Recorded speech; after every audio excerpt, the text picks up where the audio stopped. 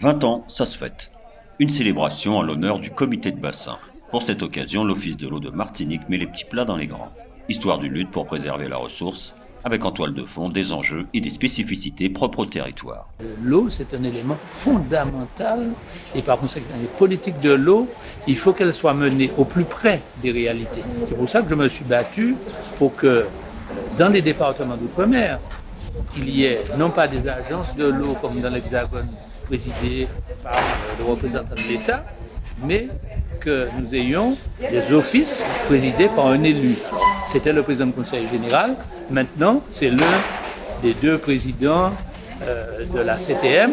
En l'occurrence, c'est moi qui ai repris du service, puisque pendant 9 ans, j'avais présidé. J'ai porté les débuts de l'Office de l'eau, comme Madeleine de Grandaison, d'ailleurs, a porté les débuts du comité de bassin. Le comité de bassin a été mis en place il y a 20 ans.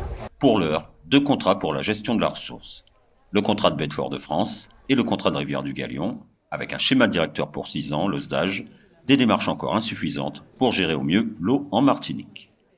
D'autres problématiques à prendre en compte pour le comité de bassin, la pollution, la sécheresse ou encore la préservation des écosystèmes. Il ne faut pas oublier que l'eau a été un domaine laissé en friche pendant 2 siècles et que la loi de 64 ne nous a pas été appliquée. La loi de 64 nous a été appliquée en 92, même pas. Nous avons été admis dans la Cour des Grands en 92 et avec un décret mis en application en 95.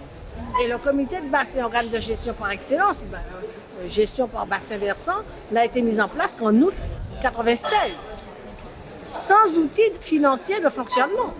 Et il a fallu attendre 2002, 2001 pour précisément avoir l'outil que l'on a mis dès leur création à côté des agences de bassin.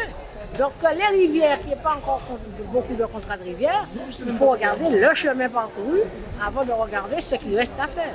Sans doute faudra-t-il accentuer les outils, les instruments qui nous permettent de gérer au plus près les milieux, comme les contrats de rivière, les contrats de baie, intégrer les différents acteurs, mais aussi les parties prenantes, et avoir le lien permanent entre ces initiatives locales, mais aussi les initiatives qui se prennent à l'échelle du territoire, puisque notre bassin est un bassin particulier, c'est une île-bassin.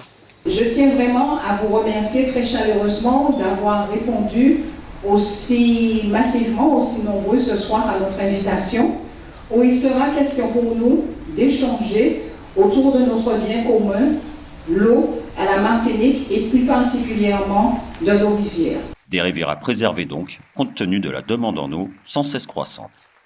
Alors nous savons aujourd'hui que l'assainissement est un véritable problème en Martinique et c'est vraiment un combat que nous devons mener puisque s'il y a effectivement assainissement collectif, nous avons aussi des assainissements non collectifs. Donc il faut pouvoir vraiment mettre en place ces assainissements. Donc les gens qui doivent être raccordés aux assainissements collectifs qui puissent le faire, aux stations d'épuration de manière collective qui puissent le faire.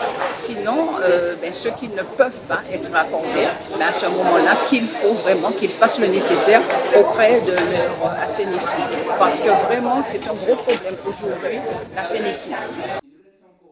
La gestion de l'eau est encore loin de ses objectifs. Des projets de contrat de rivières sont toutefois en cours d'étude, notamment la rivière Capot au Nord-Atlantique. Mais préserver la ressource passe également par le changement des attitudes, des habitudes à prendre pour que l'eau ne devienne pas une denrée rare en Martinique.